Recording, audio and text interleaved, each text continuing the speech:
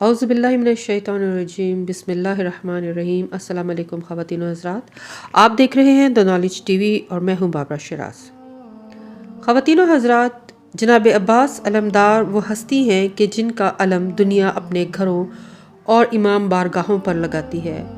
فقراء کے مزاروں پر، عرفاء کے درباروں پر یہ علم لہراتا ہوا نظر آتا ہے۔ رسول پاک صلی اللہ علیہ وآلہ وسلم کے دور سے لے کر اب تک لاکھوں علمدار گزرے ہیں، مگر جس طرح علم جناب عباس کے نام سے منسوب ہوا ہے، اس طرح کسی اور کے نام سے ہوا ہی نہیں، اور علم جب بھی لگایا جاتا ہے تو علمدار کربلا کا لگایا جاتا ہے۔ مگر اکثر لوگوں کو معلوم ہی نہیں کہ علم لگایا کیوں جاتا ہے اور علم کس چیز کی علامت ہے۔ اگر قدیم عرب قبائل کی روایات اور رسوم و رواج کا مطالعہ کیا جائے تو یہ حقیقت سامنے آتی ہے کہ علم مختلف واقعات و حالات اور مختلف موقع و محل پر مختلف قسم کی علامتوں کے طور پر لگایا جاتا تھا۔ مثلا اس زمانے میں اگر کسی گھر پر علم نظر آتا تو لوگ دیکھ کر ہی سمجھ جاتے تھے کہ اس گھر کا کوئی اہم شخص سفر پر گیا ہوا ہے۔ اس زمانے میں علم اگر کسی قبر پر نظر آتا تو لوگ سمجھ جاتے تھے کہ صاحب قبر وہ مقتول ہے کہ جس کا انتقام ابھی باقی ہے۔ اس دور میں اگر کسی غیر علاقے میں کوئی شخص قتل ہو جاتا تو علاقے کے لوگ مقتول کو دفن کر کے اس کی قبر پر علم لگا دیتے تھے۔ جب اس مقتول کے وارث وہاں پہنچ جاتے تو انہیں قبر دکھائی جاتی تھی۔ اس کے بعد وہ اپنے مقتول کا بدلہ لینے کا عزم کرتے اور جب تک بدلہ نہ لے لیتے اس کی قبر پر علم لگا رہتا تھا۔ اگر کسی صحرا یا چراگاہ میں علم لگا ہوا نظر آتا تو لوگ سمجھ جاتے تھے کہ یہاں کسی قبیلے کا پہلے سے قبضہ ہے، اس لیے کوئی وہاں اپنے مویشی نہیں لے جاتا تھا۔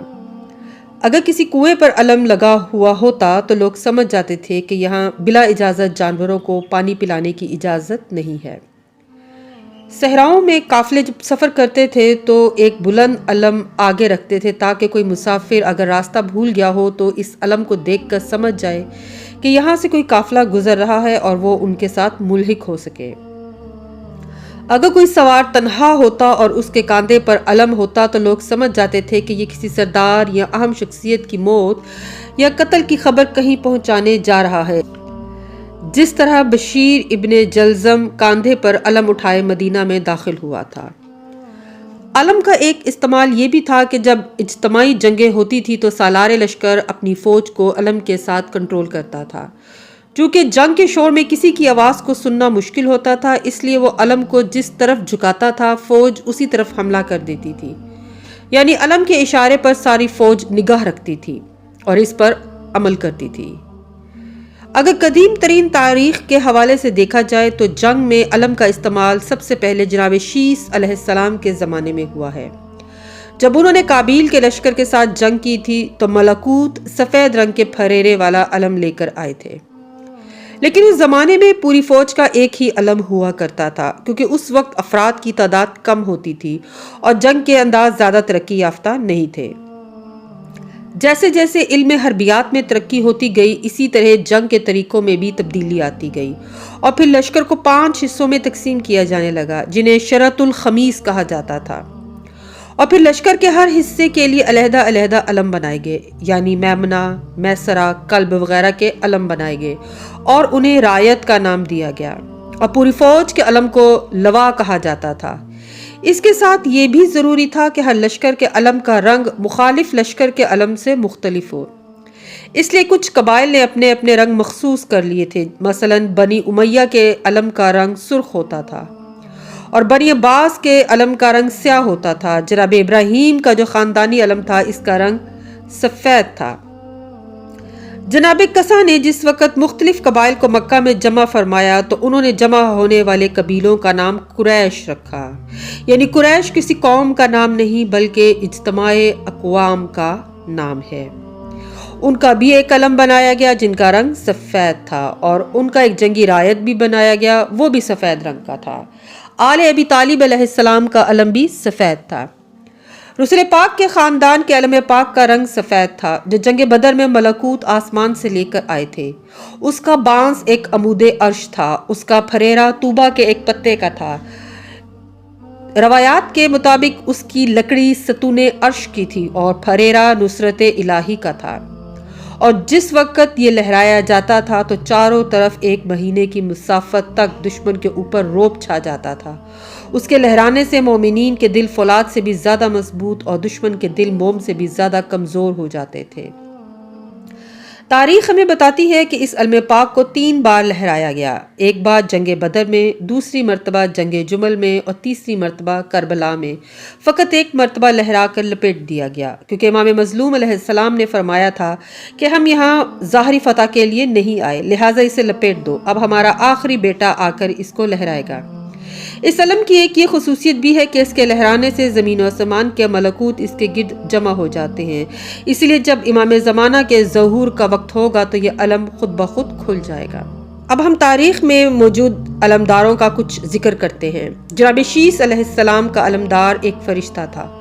جناب ابراہیم کے علمدار جناب لوط تھے۔ اسلام کی پہلی جنگ دوان جب ہوئی تو مولائے انبیاء نے رایت اسلام جناب عبدالدار کی اولاد کو عطا فرمایا۔ مگر لشکر کا خصوصی علم لواء جسے کہا جاتا ہے سرکار امیر المومنین کو عطا فرمایا۔ اس کے بعد لواء اسلام ماصب بن عمیر کو عطا ہوا۔ جس وقت وہ جنگ احد میں شہید ہو گئے تو لواء اسلام جناب حمزہ کو حاصل ہوا۔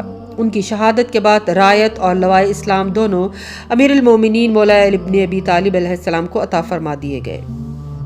جنگ موتا میں رایت 3 افراد کو عطا ہوا تھا، جناب جعفر طیار، جناب زید بن حارث اور ان کے بعد عبداللہ بن رواحہ۔ پھر ہمیشہ کے لیے یہ علم امیر المومنین کو حاصل ہو گیا، لیکن علم کی حفاظت اور درستگی کی ڈیوٹی جناب سعد بن عبادہ کرتے تھے۔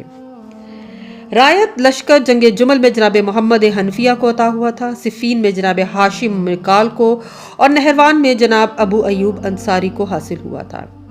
ہمارے امام زمانہ کا مرکزی لواء جناب جبرائیل کے ہاتھ میں ہوگا اور ان کے لشکر کے کئی رایت ہوں گے، جن میں سے ایک رایت جناب شعیب بن صالح کو عطا کیا جائے گا اور اس کے پھریرے پر لکھا ہوگا البیت اللہ۔ ایک اور رایت ہوگا جو بنی طبیب کے ایک جوان کو عطا ہوگا، اس کے اوپر لکھا ہوگا الرفت اللہ۔ ایک اور رایت ہوگا جس کے اوپر لکھا ہوگا اسمعوا و اطیعوا۔ کہا جاتا ہے کہ میدان قیامت میں سرکار امیر الکائنات لواء الحمد کو لے کر آئیں گے، دوش عطر پر علم ہوگا، جنت کی باد نسیم آ کر علم کے پھریرے کو بوسہ دے گی، علم لہرائے گا۔ اس کے بعد جناب ابو الفضل العباس کا علم عرصہ محشر میں آئے گا، جناب غازی پاک کے کاندھے پر علم ہوگا، ان کے پیچھے جناب جبریل ہوں گے۔ جو علم روز عاشور سرنگوں ہوا تھا وہی علم پھر بلند ہوگا، مگر جناب غازی پاک کے خون سے علم تر ہوگا۔ ساتھ ہی دائیں جانب امام حسین ہوں گے، پیچھے شہدائے کربلا ہوں گے۔ عرب روایات کے پیش نظر بے وارث اور بے انتقام شہیدوں کا علم اس لیے بھی لگایا جاتا ہے کہ ان کے مظلومین کا ابھی تک کسی نے انتقام نہیں لیا ہے۔ گھر گھر حضرت غازی پاک کے علم لہرائے جاتے ہیں۔ اس کی بھی چند وجوہات ہے۔ ایک تو یہ کہ یہ سرکار غازی پاک کے چاہنے والوں کی پہچان ہے۔ دوسری بات یہ ہے کہ جب کوئی شہنشاہ کسی ملک کو فتح کرتا ہے تو وہاں وہ اپنا علم نصب کرتا ہے، اس لیے بھی یہ علم لگا کے دنیا کو بتایا جاتا ہے کہ پوری کائنات کے فاتح اعظم سرکار ابو الفضل العباس علمدار علیہ السلام ہی ہیں۔